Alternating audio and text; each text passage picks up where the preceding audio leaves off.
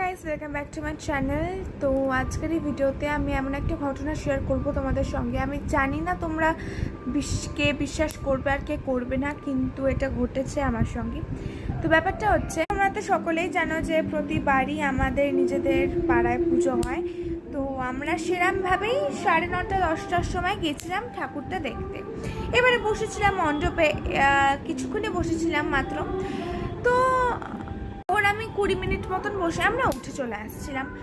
এবারে আমি দেখছি আংটি আমি হাতে পরে নিয়েছিলাম, এই যে এই আংটিটা দেখছি আমি নেই আমার হাতে। কি হলো, মণ্ডপে নিশ্চয়ই পড়ে গেছে।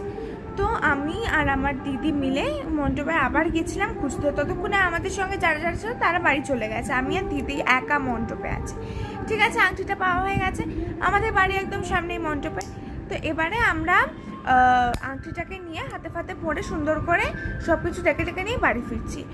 আমাদের বাড়ির সামনে একটা জেনারেল স্টোর আছে, সেখানে দেখে একটা বউ খুব কাঁদছে।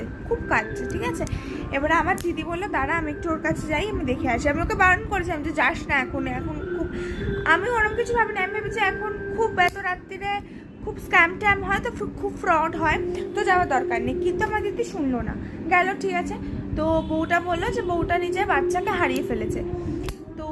এবারে আমরা সবাই বললাম, মানে আমিও তখন দিদি পেছন পেছন গেছিলাম, তো আমিও বললাম যে তাহলে পুলিশ স্টেশনে খবর দিচ্ছ না কেন? বললো আমার কাছে টাকা নেই। তাই দিদি ওকে 2000 টাকা দিয়ে বলছে তুমি এটা দিয়ে কিছু একটু করে নিতে পারবে, তোমার ব্যবস্থা। বলছি থ্যাংক ইউ সো মাচ। ঠিক আছে ভাই বলে এবারে ওই বউটা ওখান থেকে হাঁটছে, দেখছি ল্যাংড়াতে হাঁটছে। কি হলো, দেখছি পায়ের তলাটা পুরো ছালটা ওঠা পুড়ে গেছে। ঠিক আছে, এবারে আমার দিদি আর আমি আলোচনা করছি কি হয়েছে, ওর সঙ্গে কিছু বাজে হয়েছে।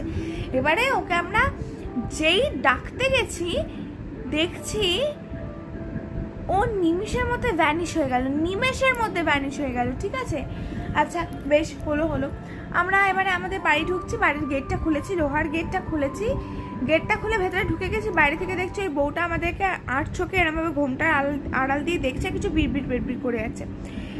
আমরা যেই লোহার গেটটাকে বন্ধ করতে গেছি আবার ভ্যানিশ হয়ে গেছে, নিমেষের মধ্যে ভ্যানিশ হয়ে গেছে। ব্যাপারটা কিচ্ছু বোঝা যাচ্ছে না, কি হয়েছিল, কেন এসেছিল, কিচ্ছু বোঝা যাচ্ছে না। নিমেষের মধ্যে, মানে 2 সেকেন্ডও লাগেনি ওর ভ্যানিশ হতে।